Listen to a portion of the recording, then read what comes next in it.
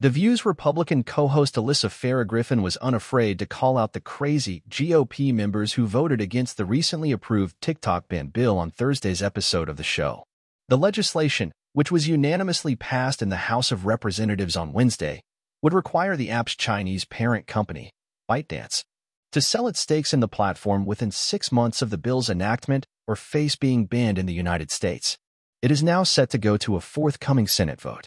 Some of the folks who are against this bill, the likes of Marjorie Taylor Greene, Matt Gaetz, Andy Biggs, Nancy Mace, I'm sorry, they're the crazy caucus, the host, who has previously rebuked the platform online, said. They don't understand foreign adversary threats and every day they're playing into it.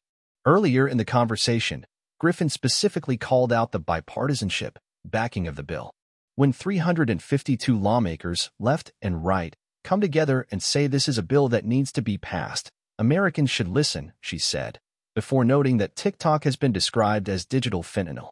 Griffin went on to explain that the Chinese Communist Party has invested in ByteDance, and that, as a result, there are major privacy, national security, and mental health concerns for American citizens. This bill is not going to make TikTok go away, she stressed.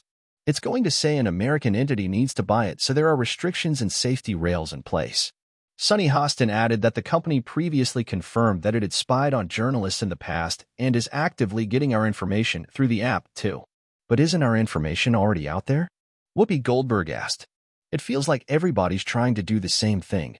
They're trying to get all the 411 on everybody.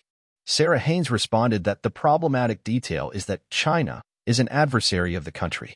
She continued, with this particular push of this bill, they actually used the location on all the phones to push people to their congresspeople.